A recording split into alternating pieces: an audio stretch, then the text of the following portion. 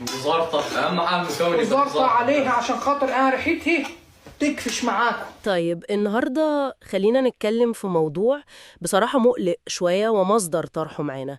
فكرة إنه هل في زي تعمد كده لإهانة أو تشويه صورة الست المصرية خصوصاً على السوشيال ميديا؟ النقطة دي فعلا بتثير تساؤلات كتير. المصدر بيسأل بصراحة مين دول؟ يعني مين اللي بيحاول يظهر الست المصرية بالشكل ده، سواء شكلها أو يعني ثقافتها؟ وهل دي فعلا زي ما بيقول حملات مدفوعة ومشبوهة؟ خلينا نفهم كده إيه الأبعاد اللي المصدر شايفها. هو السؤال اللي بيبدأ بيه المصدر قوي جدا: من يتعمد إهانة شكل الست المصرية؟ بس الأهم من كلمة إهانة هو التركيز على فكرة التعمد والحملات المشبوهة. مظبوط. يعني كأن الموضوع مش مجرد فيديوهات عشوائية أو محتوى سلبي وخلاص، لا، ده في شبهة إن في يعني جهود منظمة، جهود بتحاول تصدر صورة معينة للست المصرية، صورة المصدر بيوصفها بأنها سلبية مقززة وغير مثقفة. واللافت كمان إنه بيربط ده بآلية الانتشار على السوشيال ميديا. فاهم إزاي؟ اللي هو إزاي المحتوى الصادم ده بالذات هو اللي بينتشر أكتر. فعلا نقطة الانتشار دي مهمة قوي. فكرة الحملات المنظمة دي لوحدها تخوف. المصدر نفسه مستغرب قوي من إن شخصيات معينة كده بالذات على تيك توك إزاي انتشروا بالشكل ده، وبيتساءل هل دول أصلا ممكن يمثلوا الأم المصرية اللي نعرفها، الجدعة المحترمة المثقفة؟ تمام. وليه المحتوى ده بالذات اللي بينتشر؟ يعني طريقة لبسهم اللي هو بيوصفها بالغريبة، كلامهم، حركاتهم. المصدر استخدم أوصاف قاسية بصراحة، مقززة وسخيفة. ما هي دي بقى المشكلة اللي بتاخدنا لحتة التمثيل والاختزال. يعني المصدر رافض تماما وبشدة كمان إن الست المصرية كلها على بعضها كده يتم اختزالها في النماذج دي. إنه مش كلهم كده يعني. بالظبط. النماذج اللي هو شايف إنها ممكن تكون بتقدم محتوى سطحي أو يمكن مبتذل كمان، بس عشان تعمل انتشار سريع وشهرة. وهو ذكر أمثلة بالاسم زي أم سجدة وأم جنى وأم مكة ونعمة أم إبراهيم دول. أيوة أيوة. الرفض ده جاي من مقارنة. هو بيقارن الصورة دي بالصورة اللي هو شايفها الحقيقية والأساسية، اللي هي صورة الأم والأخت والزوجة والابنة، زميلة الشغل، الست اللي بنشوفها وبنتعامل معاها كل يوم في حياتنا. وهنا بقى المصدر مش بس بينتقد ويسكت، لا، ده بيدافع، وبيدافع بقوة كمان.